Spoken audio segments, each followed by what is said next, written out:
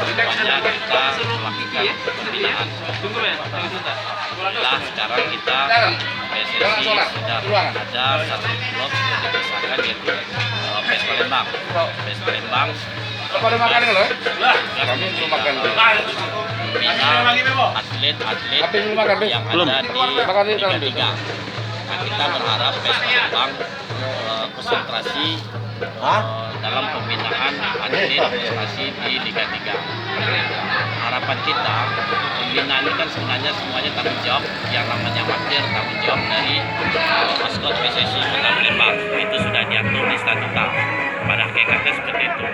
Tapi supaya lebih fokus PS Palembang untuk Liga 3, kita bikinlah suatu pembinaan langsung khusus yang diketuai atau di presidennya Bapak Ratu Dewa. Alhamdulillah, mudah-mudahan ini bisa mencapai prestasi puncak kalau Bapak Ratu Dewa sudah menggawangi PS Palembang ini.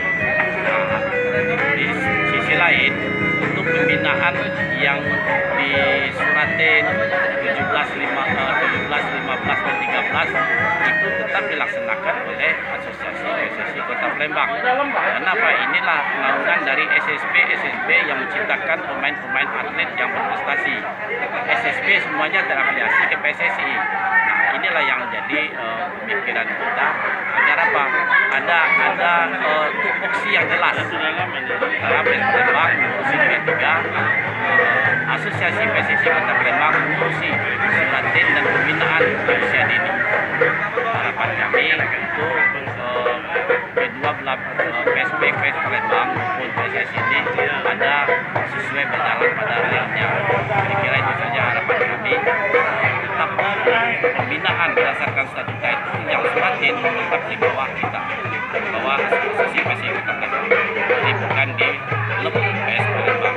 Dan Palembang kita harapkan bisa menciptakan prestasi di Liga 3. Ini harapan kita dan harapan juga masyarakat Kota Palembang agar PS Palembang ini mampu